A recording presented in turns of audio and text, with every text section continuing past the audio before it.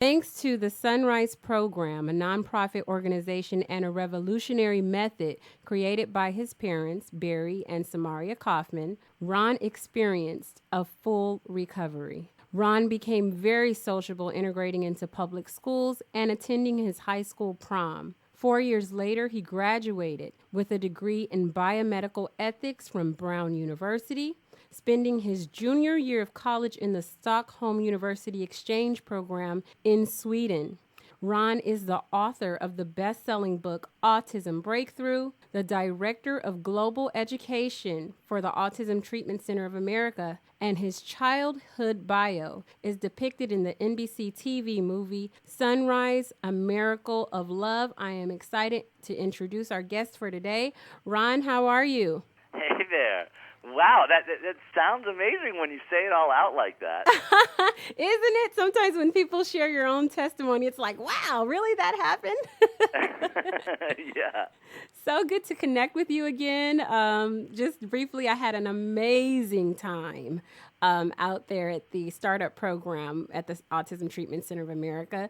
I'm totally in love with the culture, the attitude, the movement, just the testimony of the very lives. I got to meet you and your amazing parents, your amazing sister, your wonderful niece Jade. It was just overwhelmingly amazing. So. Oh, wow. Yeah. I'm so happy to hear that, Rosetta. Awesome. So, Ron, we want to jump right into it because I know, we have a lot to cover in a little bit of time. Sure. So I just want to start off with the first topic. We know, not many people know who are first time listening and hearing about your testimony, but you're a walking miracle. As I read in your bio, you were considered by many skeptics, okay? They've questioned the fact whether you have ever truly had autism because you're such a miracle. It's hard to believe when you're talking to you, looking at you, like, did this really happen? Your father, Barry Bears, even he has an audio CD entitled Autism Can Be Cured. Okay, and not an attitudinal method for loving children back to life. Share with us about what autism spectrum disorder truly is and why it's so hard for people to accept that someone such as yourself can truly recover from autism. Autism is a neurological disorder and actually has some comorbidities along with it that relate to oftentimes children can have digestive, immunological, and nervous system issues as well. Okay. But fundamentally, it's a neurological challenge that our children and adults have. And, it's a very interesting one because these kids and adults are, in a certain way, very much in their own world. They're not banging on the door, begging to be let out, like people with other challenges might seem to be doing. Right.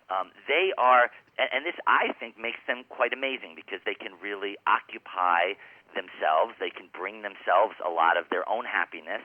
But to the outside world, it can look pretty different, and to some parents pretty intense because these children oftentimes they have little to no eye contact. Some have little to no language, and the ones that do have language, because some have a lot of language, don't really necessarily use the language in a back-and-forth communication kind of way. These children tend to have particular behaviors, which people often call stims, which are something, it's a behavior that they do over and over again. It could be as simple as flapping hands or lining up matchbox cars or flapping hands, or as complicated as reciting lines from certain Disney movies or talking about the very same subject over and over again. And so this is a telltale sign of someone on the autism spectrum. And, I had all of these signs and more. I was, I wasn't like a borderline case. I was a pretty severe case. I was one of those kids who had no language at all, zero. I was totally in my own world. I would spend my days rocking back and forth, flapping my hands in front of my face. One of my favorite things to do was to take a kitchen plate, and I would spin it on its edge on the floor like a top. And I would do that for hours and hours.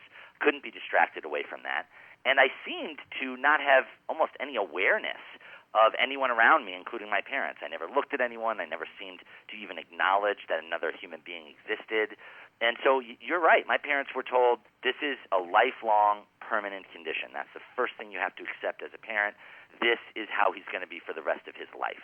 And that's why I think what my parents did is so amazing. Absolutely. I mean, I know that what captures everyone's imagination is the end of the story, and I'm very happy with the end of the story. But I actually think what's the most amazing part is the beginning of the story, right? Which is that in the face of no evidence and in the face of just naysayer after naysayer, my parents believed in me when no one else did. They really gave me a chance when no one else did. And on top of that, they really loved me and accepted me for exactly who I was. So they didn't see autism as bad and terrible. They truly saw me as a gift, exactly the way I was. And that is what opened the initial doorways for connection and communication that my parents had with me. That's awesome. And I, as I am like totally toucheing everything as you're saying, because I'm understanding as a parent myself, whose my son was diagnosed with autism. As you're speaking, I'm like, yes, that's one. Yes, he was not aware of us. To just appreciating who the person is, just appreciating that you're truly, everyone is a gift, and removing the judgment and the labels and the negativity out of the equation is really where you get to the hope and the faith and the breakthroughs. This is so exciting because, like you said, this is not just something that's hearsay. I personally, and I'll kind of get into it a little bit later because I know we have some other questions that some of other parents are itching to know. But just doing the research and understanding that this is not an incurable disorder. There's so much naysay and negativity online. It's just when you truly say a sentence, if you want to see change, you really got to rise above that mentality and perspective of being limited. I think anything is possible, especially as a believer. I know that, when you decide to step out on faith, sometimes it can be a lonely road. And I think people are afraid to be alone or ostracized or have their children ostracized and, living in some world and in community that's different from what we're seeing around us. People want to be accepted. So they tend to try to fix things and put things in boxes and labels to try and best work it out. But moving on, I want to talk about specifically what you remembered, because the Sunrise movie, I would recommend everyone, whether you love someone with autism or not, everyone needs to see this film and see this movie by NBC. It was made and released in 1979. Amazing actors, amazing story. If anything, what it's going to do is just really touch your heart to have compassion on others with differences, especially those with special needs. I think it's amazing depiction of what you went through, and in reading the book, Autism Breakthrough, everything was so amazing. I'm curious to know, as I'm sure you get this question all the time, what do you remember about transitioning out of the autism and coming into the neurotypical world? Was it a slow transition? Was it, how, as a child, as an adult now, what can you recall about what impacted you the most to come out? Okay, well, let me definitely answer that. I would say that's probably one of the most common questions that so many parents have for me. Before I do that, let me just touch on something you were bringing up before, because every time you ask a question, you bring up so many good points that I feel like I want to talk about. Let's talk. So one thing is, just a logistical point, is people can see that movie. That it's called Sunrise, A Miracle of Love, but it's spelled SONRISE. And they can actually get that on Amazon now. It's that's a fairly recent phenomenon. You can download it. You can either buy it on Amazon, or if you're a member of Amazon Prime, you can just see it for free. Okay. So I just wanted to let people know that they can have access to that. Awesome.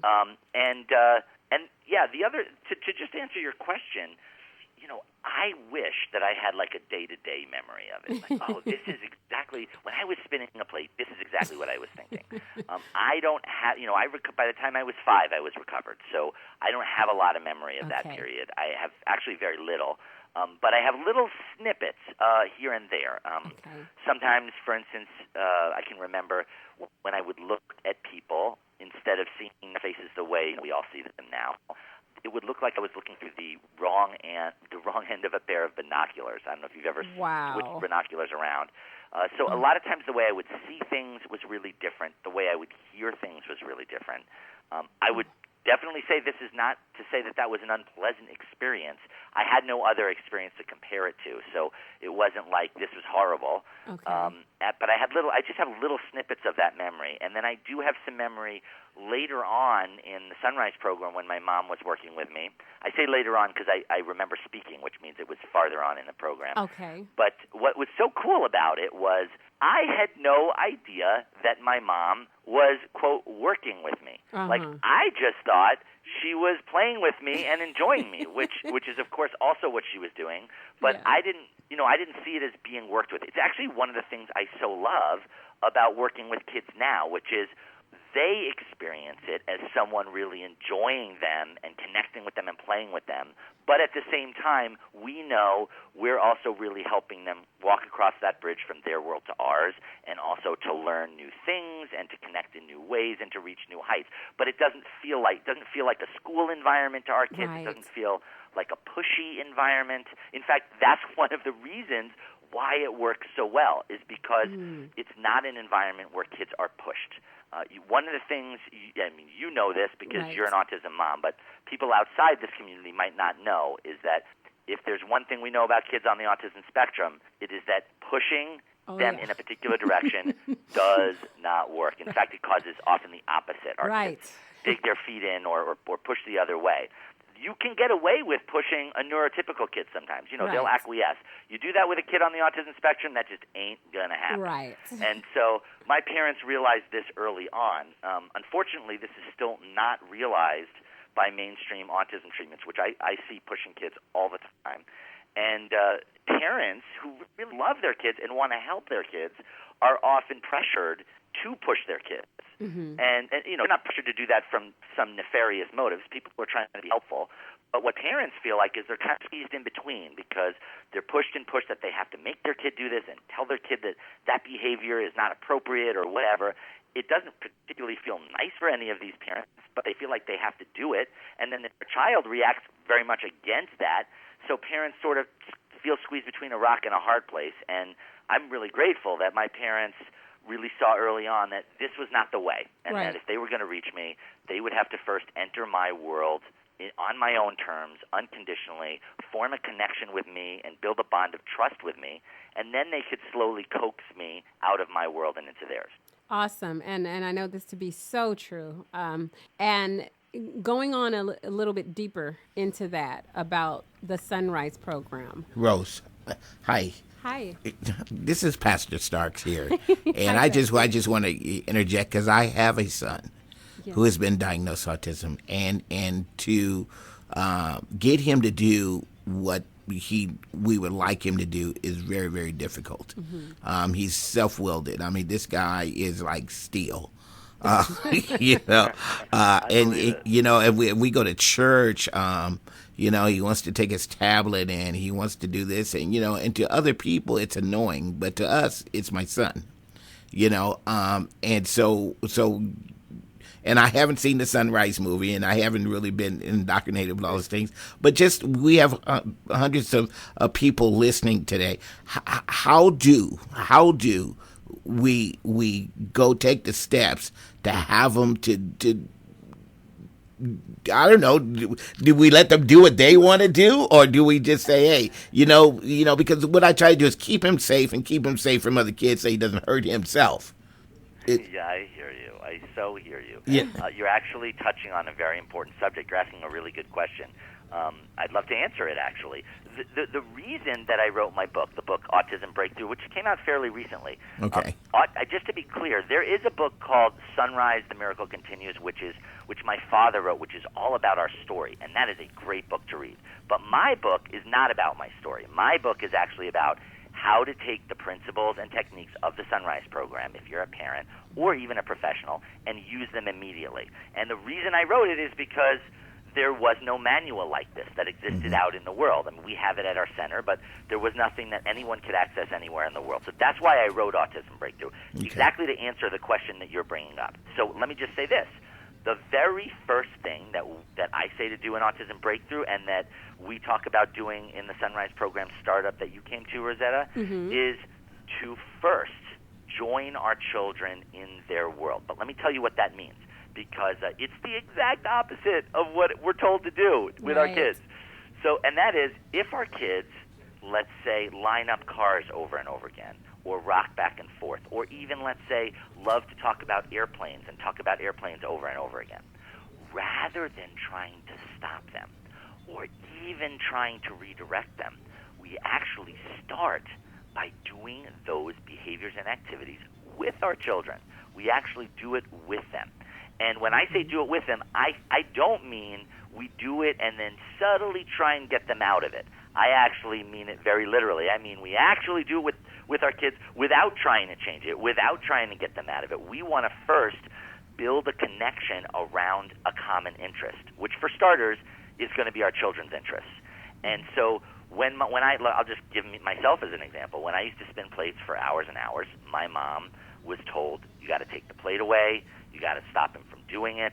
And of course, she didn't do that. What she would do is every time she saw me spinning a plate, she would get a plate of her own. She would sit down next to me, and she would spin a plate with me. Now, as soon as she did this, everyone around her, including very educated professionals, said, this is the worst possible thing to do. This is actually worse than doing nothing. Mm-hmm. This is actually anti-productive, because you're going to actually make him do it even more.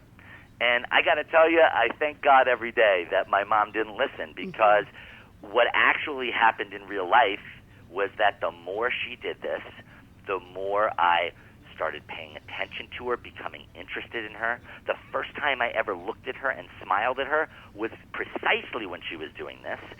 She would, and this is what opened the door and created the connection. And just to be clear, I was the first case, but oh my gosh, I'm definitely not the last. There have been thousands and thousands of kids after me. So I want to be clear that I'm telling my own story in this conversation we're having, but this isn't something that has just happened to me. I've been doing this professionally for 18 years. We've been doing it for over 35 years as an organization, and what we see is that kids and adults from all over the world, all different ages, all different severities of diagnosis, they respond to this. The more we join, the more interested they become in us, the more they let us in. And then when we have their willing engagement and they're actually interested, not because we force them, but because they want to, then yes, of course we can teach them new things and stretch their social contact more. We do all of that, but first we have to establish that bond of connection and trust. So the first thing I talk about in Autism Breakthrough, and that we talk about at the Autism Treatment Center of America, is joining. Once we get our children's willing engagement, we have a bunch of other techniques, but one of them is called the motivation principle. Yes.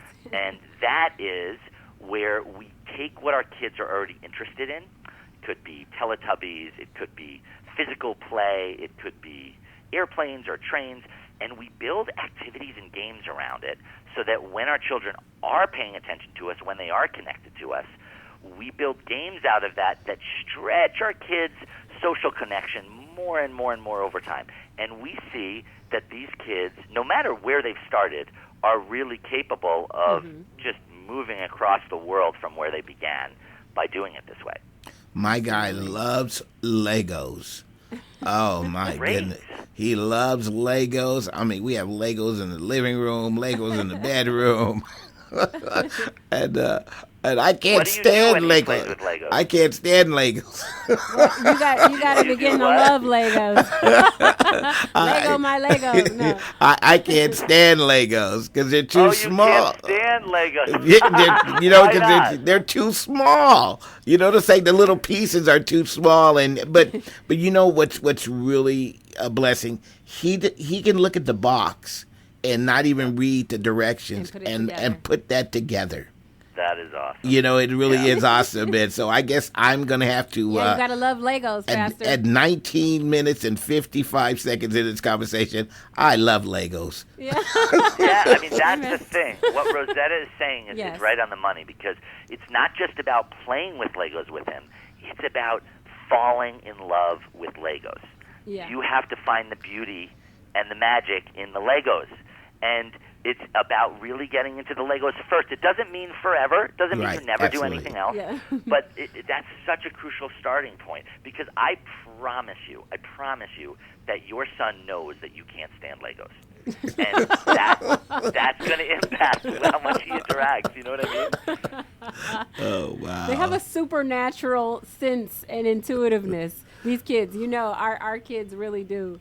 On this spectrum, and what Pastor is saying is exactly that's actually one of the topics we're going to get into with why the Sunrise program is different from, which you already hit on that, Ron, is from the other alternatives, the other resources that we have, and what to do in specific situations. Why is it different? Well, you hit it right on there.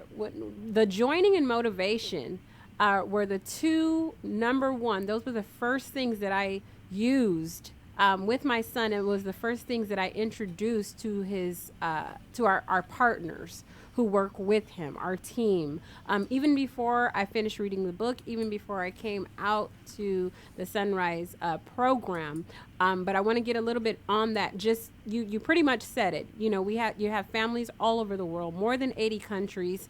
I had roommates from different, I think everyone spoke, they could speak different languages from all over the world in my cabin where I was lodging. And it was just so interesting to meet all these people from all over the world who are sold out on what's not working, because they see what's not working, and we're all there for the same reason. We want to help, and we love someone with autism. So, Sheffield, Massachusetts, basically, I didn't even know what a Sheffield, Massachusetts was. This is like, when I got there, I'm like, wow, this is a different place. It's a place, a little rural place in our country. A wonderful, hospitable, patriotic, city that's housing this huge movement. And one of the things that I just want to say for parents and for anyone, whether you're in the profession, look this information up.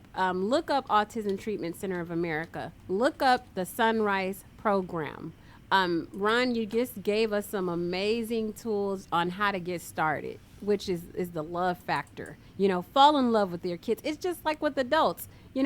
How do people interact when you're networking? You go to places that with people that have the same interests, and you hope to connect with those people based on that interest. So that's what we do with our kids. And it kind of, there's so many amazing resources, and I'm excited because time is winding down. We got to get through with our questions. But that was just a pretty much straightforward question from our pastor, because people want to know, listen, my kid is inflexible and how do we get them? Well, the first thing is love, and you get into their world and you join them. In your book, this is one of the most profound things that I found. The book is amazing. I read the whole thing, and I'm just like, oh my gosh! And I'm going back over it since I went to the program, the startup program, and I'm like, this thing everybody needs to know about. So, okay, in your book, I believe it's one of the later chapters. I believe it's chapter 16 or one of those. You talk about fight or flight survival mode. And aspect of autism, and how to shift out of fight or flight survival mode into recovery mode. This is a huge factor with our kids with autism. And can you please elaborate on this and kind of share with us what's going on? I am so glad you're asking me that, because I do a lot of interviews and I don't as often get asked about this subject.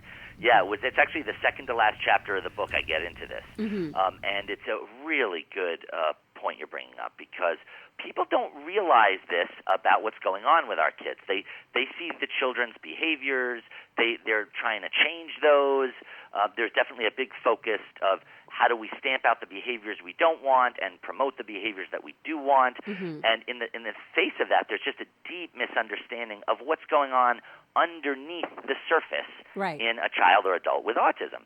So let's get into that. So basically, one of the things that people don't necessarily realize, because our kids look and behave differently, is that for many, many kids and adults on the spectrum, they are in an almost constant state of fight or flight. So, and there's a reason for that, by the way. It's just not random. It's because our children have very sensitive sensory systems. So things that for you and I seem perfectly fine and normal, like being in the middle of the living room or even going to the supermarket, are very, very overstimulating for our children. Absolutely. So all these things, all the sights and the sounds and the smells and the things touching their skin, like even just their clothes, are so overstimulating for our children's brains that they're constantly overwhelmed by this. And on top of that, because a lot of our kids have difficulty recognizing the patterns that you and I recognize easily, the world can seem really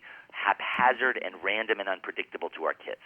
So because they're facing those two factors every waking minute of the day, they're in their bodies in a constant state of fight or flight survival mode. There's like, okay, and they're secreting adrenaline, and they're secreting long-acting cortisol, which is a key long-acting stress hormone. And so what's happening is they're in this state most of the time, and then we're trying to, not we in the Sunrise program, but we as a society are trying to get them to listen and get them to stop doing what they're doing. And everything that we're doing, like stopping them from their behaviors and telling them to listen, and also taking them to very overstimulating environments like supermarkets, all those things that we're doing with good intention because we love our kids, we want to help them, is actually exacerbating that fight or flight. It's actually making it worse. It's overloading them even more. It's creating control battles with our kids. And then we're saying, why don't they listen? Why don't they be more social? Why don't they do what I say?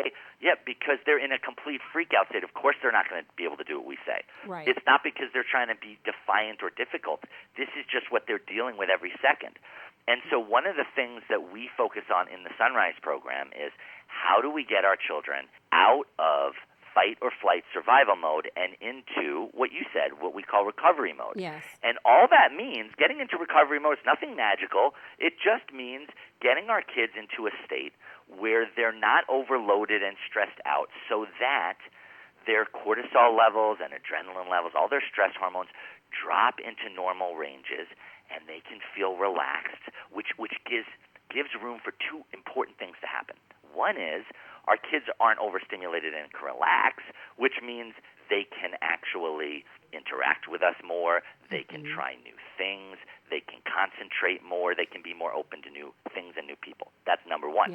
Number two is that it also, when the body's in fight or flight mode, it cannot engage in something I call SPR, which is sustained physiological repair.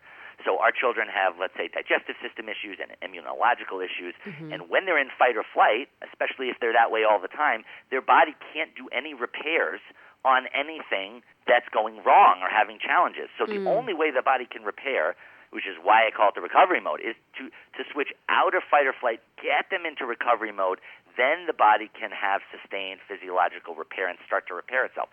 So it's a win-win. It helps your child's body, but it also helps your child's mind and brain and how interactive they are. That's amazing. That is amazing. And like I said, this chapter, I mean, there's so much good information in this book. And I personally, everyone who works with my son gets a copy of this book because it is so imperative to understanding, regardless. I mean, I've spoken with people who are in the professional, industry in the psychology and behavior modification, and this information is blowing their minds. Wow. Oh, that's wonderful. I didn't know that, Rosetta. That's so cool absolutely. To hear. Oh, I am an absolute advocate for this because it's working. That's what brought me to the Sunrise program, is because before I even decided to think to go, I was already using the joining and motivation principles with my son, and I noticed an immediate change. I mean, my son now is potty trained at 3 years old,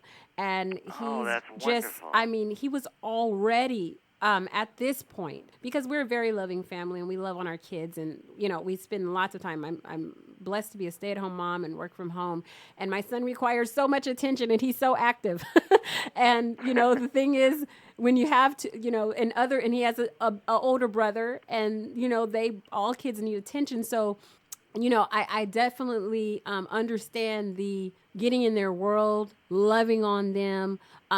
it immediately brought my son's defenses down. And I can give a quick testimony. This is so funny. I didn't even get to tell Brian this, and Brian Nelson, my personal coach, yesterday, because we came back, done his playroom and all that stuff. And my son grabbed my hand. He walked me back into the playroom, which is still under construction. He got up on the bed frame, locked the door, the latch that I put up there, and he sat me down so we can play because his team AVA just, and I was like, oh my gosh. And I'm like here on the laptop on the computer doing all this different stuff. And I'm like, he wants to play. He loves this room. And it's like, I don't even have to force the lock because he wants to be in there for as long as we can be in there and engage. And he's already sociable. So wherever level your kid is at, whether they're talking, whether they're not, whether they're already sociable, you cannot join enough. You cannot motivate enough. You cannot love enough. Magnificent. Absolutely. That's so beautiful. Yeah, I'm amazed. And like I said, these things were already, we were seeing less tantrums, just applying the joining and motivation just to start. Now, he's responding so quickly to these changes. It's just amazing. So, and we have adjusted his diet. Yeah.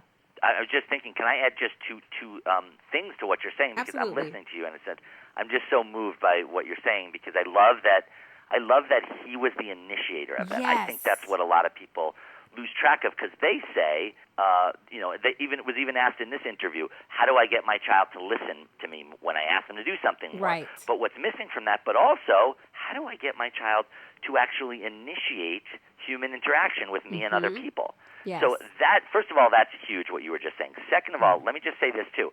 What you were mentioning, which is called the Sunrise Program Playroom, that's actually part of what we were just talking about getting our children out of fight or flight survival mode and into recovery mode. Yeah, let's talk about that. Which is this basically we help you, as you did, Rosetta, we help you just set up a room in your house. You don't have to, it's not like building a new room, but we set up an area of your house or a room where it's not overstimulating, it's not distracting, it's not overwhelming for your child. And what that does is it gives your child then doesn't have to be so busy tuning everything out, of which you might be one of those things they're tuning out. Right. And they can then let their guard down. You said it. I love it. Let their defenses down.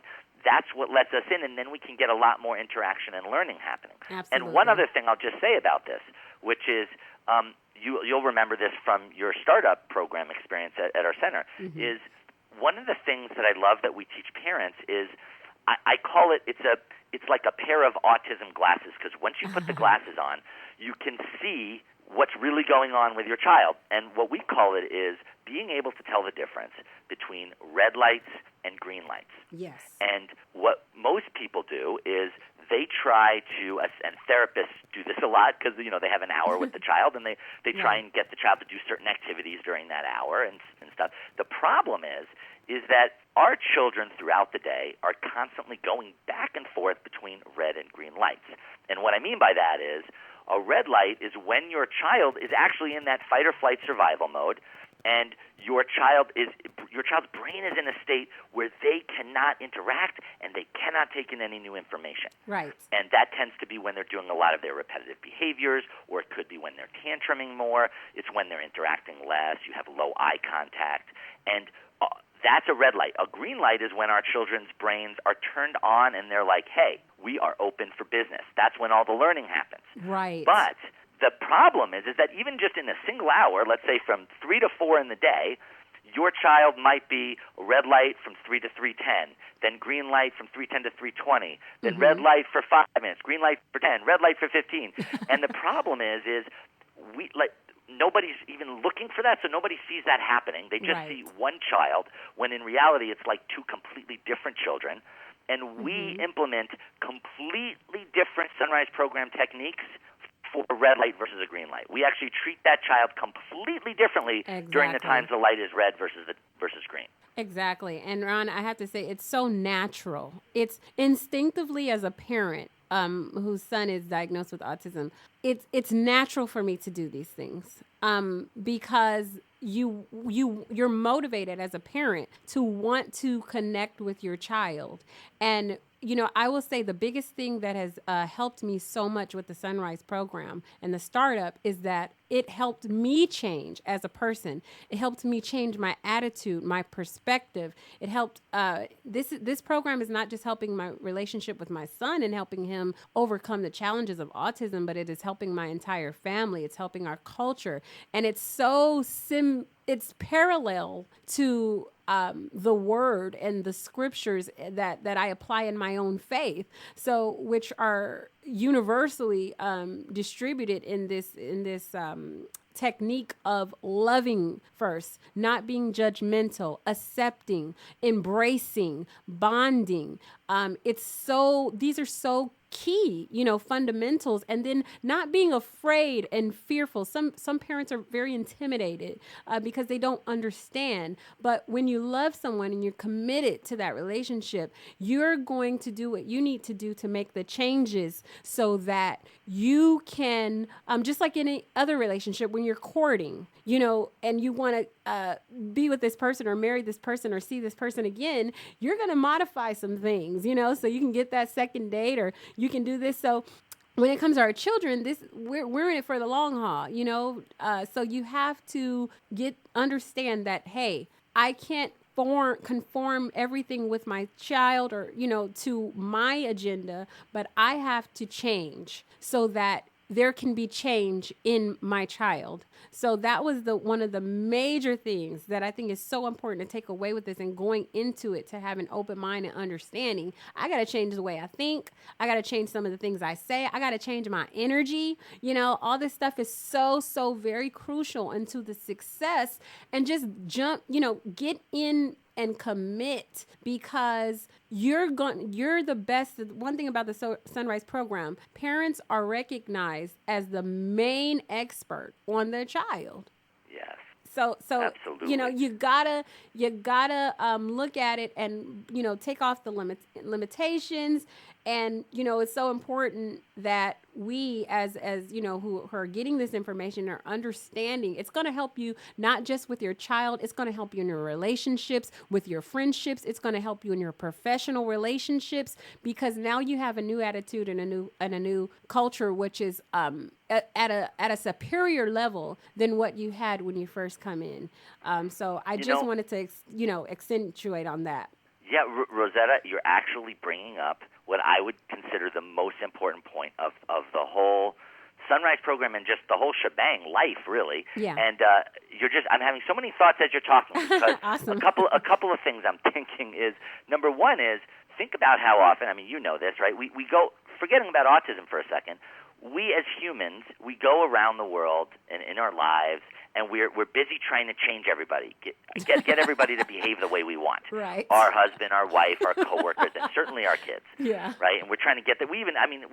This is between people. It's even between countries. Everybody behaves this way. Power struggles. So yeah. The whole idea is, how do I get this person to conform to my behavioral wishes? Right. Right. And what I think is so amazing about this is about exactly what you're just saying. Can I actually love and accept first? Can I actually just be open first and not try and force everyone into my agenda, but actually try and understand that person first? Yes. Try and understand before I seek to be understood. And the other thing that I wanted to say, as relates specifically to autism, is exactly what you were saying. One of the ways I sometimes think about it is, we're trying to see our children as best we can. We're only human, but we're trying to see our kids through God's eyes, in the sense of, like, we're looking at the totality of how amazing this being is. We're not saying, well, he's not saying his alphabet yet, and he doesn't look at me in the eye, and he looks different than the other kids. He's spinning a plate. We're seeing the true gift of what our children are. We're seeing their perfection as a creation. Versus trying to find the little petty human things that we think should be different. Amen. And so that opens up a whole bunch of doors. And you're absolutely right. One of the things that I actually love about working with families is, I cannot tell you how many parents have come up to me and actually said, this saved my marriage, which isn't even why, has nothing to do with why they came. They came to help their child. But then their marriage, which had maybe really been on the rocks, because autism has a significant impact on that, it gives them a doorway out and a doorway to see each other the way they're trying to see their children. Right, absolutely. And that creates incredible bridges between them. Absolutely. And I was so excited. That's one of the reasons why I'm so excited about this, because it's not just some movement to just, this is a life change. But it's a promotion from where we previously were in our perspectives. And like you said, seeing people as they were, intricately and wonderfully made, unique. They're a blessing. We're all, created as God's children to have something special and walk out in it. And we're helping each other achieve that. So, pushing the levels and going past boundaries that are put on us so that we're able to really fulfill that and live that here is key. And it starts, we forget that sometimes as adults. And you touched on some things earlier, Ron, which was going to be my next question, but you touched on what I was going to ask you what parents can do right now. Ron mentioned joining. Okay, joining your kid. That's the first thing. Okay. First thing. Yeah. Get in a distraction-free environment. If you can't create a room, yes. I know there's so many parents that are in the part of the school district of my son. You got every kind of living situation. Some parents don't even have an entire house they can use to themselves. Some, whatever it is, do what you can with what you have. Just start. Get into a corner of the room, or wait till everyone else is out of the environment, or take your kids somewhere where there can be some peace and quiet for you and your child to connect. There's so many ways. People get overwhelmed if they feel like they don't have the thing all together, but just start somewhere. That's the important thing. And this playroom, initially turning off the TV, turning off the electronics. Parents, we got to put our cell phones away for a minute and our laptops. Pastor looked at me like, what? Yes, you got to put down the electronic devices. We don't realize how attached we are to these things that really divide us in our own socialization and relational development as adults. We have to really take a step back. Those things have its place, but the priority is relating to one another as human beings and as families and our children first. And this program, I don't want to leave without Ron, you letting us know. You answered some key questions, gave us some key insight on how we can get started right now. I have a feeling we're going to have a part 2. We got to have a part 2, because I know there's some people that are like, wait. I love sequels, Yeah, we love sequels. But one of the things, as we have a few minutes left, I just wanted to have you let people know how can they get in contact with the Sunrise program, to explore this opportunity, because there's so many parents right now, their kids are in school or in the midst of whatever is going on, whether they're getting ABA, whatever. What can a parent do right now? What would you instruct them to do, and how to get this information to start working it? Yeah, I like what you said. Just start with something, because I don't want someone to get intimidated here and think they have to do everything right this second. Mm-hmm. So here's a few things people can start with. Number one, and this won't cost anybody anything. First of all, go to our website, which is autismtreatment.org, autismtreatment.org. We're a nonprofit organization, mm-hmm. but that website has lots of great stuff. It has videos. It even has some video tutorials that you can watch for free. And it has interviews with parents and sometimes with their kids, which is really amazing. Mm-hmm. So go to that website. There's a lot of resources there. Number two, then if they want to, you can do this via the website, or you can call us, and our numbers on the website is, and actually the number is 413-229-2100. One more time. Let's get that one more again, Ron. that phone number. 413-229-2100. If they call that, here's why they might want to call that, is because what you can do is book just a consultation or a call with a program advisor where they can talk to you more, answer questions. They can tell you if the Sunrise Program Startup, which is the program that you went, is a good fit for mm-hmm. you. If it is, and you're trying to get there, but you're having a lot of financial challenges, they can help set you up with some financial aid, because we are a nonprofit and we have donors who donate all year just for financial aid for this exact purpose. So there's that. I would definitely suggest that people, either through Amazon or their local bookstore, pick up a copy of Autism Breakthrough, because it's a cheap, simple way to get a lot of these techniques started. And by the way, it's written in the same way I talk, so it's very conversational. It's not written like a textbook. And yes, they can see that movie, Sunrise, A Miracle of Love, by simply going on to Amazon or seeing it for free as an Amazon Prime member. You can do that too. And I would say, the last thing I would just say is for parents listening to just think about, and you can research this on our website, really just think about whether you might want to actually come to a startup course. I only say that because as you said, we have this almost like college campus that's in this beautiful rural mountainy area. We provide all food and lodging for free, and you just have to get there, and you're in this environment with parents just like you from all over the world, as you were saying. And I just think that for a parent listening who might feel like they're really struggling, they might not realize that there's like a way out here, and they might not realize how much of a difference it can make to just take 5 days out of their lives to really get on a new track with their children. Absolutely. And I'm going to put a special charge on parents, professionals, and everyone listening. I charge you to take a step in faith and set that spirit of fear aside of what you don't understand and do this. It's going to be a blessing for your child. It's going to be a blessing for your life.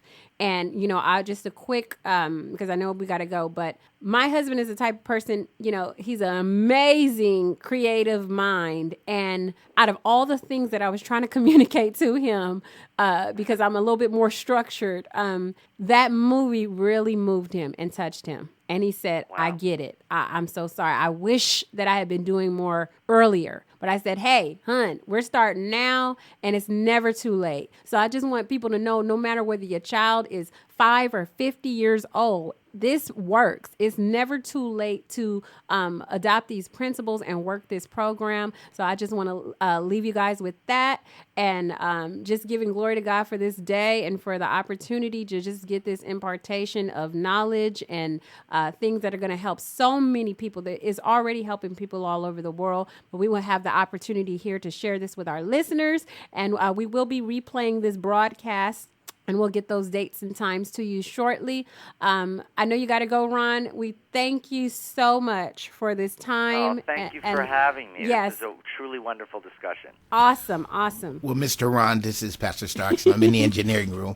Anytime you want to disseminate anything, you can always use our platform to do that. I know you have many. Thank you. Yes. But this is one here on the West Coast, and it's just liberating, exciting. Isaiah's adopted child of ours, but we're going around our second time, but it's just amazing kid. He's an amazing kid.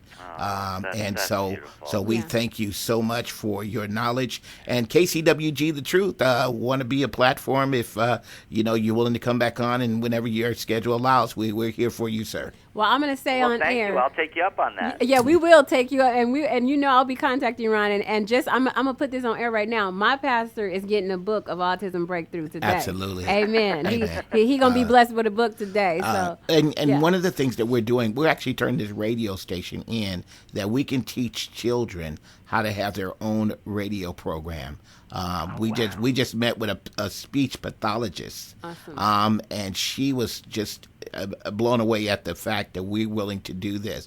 My son Isaiah has his own show already. Mm-hmm. They love to turn knobs. They like to come here. So we are actually doing it through the Corona-Norco School District, that we're going to actually open that. Awesome. And so God's given us this vehicle and this opportunity, and we wanted to share it with anyone who that needs it, and we just want to give it away. Amen. Well, that is magnificent. I love that. Yes. Amen. So if you're ever in the West Coast, hey, where the beautiful sunshine is, the surf, the mountains, the wonderful weather. Sounds good to me. All right. Take care, sir, for your time. All right. God bless you, Ron. Thank you. Hey, we want to thank you for listening to KCWG. TheTruth.com. The best internet radio on the planet. And you just got to listening to our amazing host, Rose Bay Daniels, as she went out to Pennsylvania. No, Massachusetts. Massachusetts. Sheffield, Massachusetts. We're going to put Sheffield, Massachusetts on the map. If anybody can spell Sheffield, Massachusetts. Hey, wow. It's 101 on the West Coast. I'm in Studio Rose. You can't put us two in here. If you bring Robert and Cassandra in here, you got a mess going. You got a Holy Ghost party that won't stop. Never stop. But once again, if you got something that you want to share on KCWG The Truth, shoot us an email. And Rose would love to interview you. You can shoot over the email at contact@KCWG The Truth. Yes. That's contact@KCWG The Truth. And you know what? You'll be on the other side of the mic. God bless you. See you soon. It's 102 on the West Coast. Bye-bye.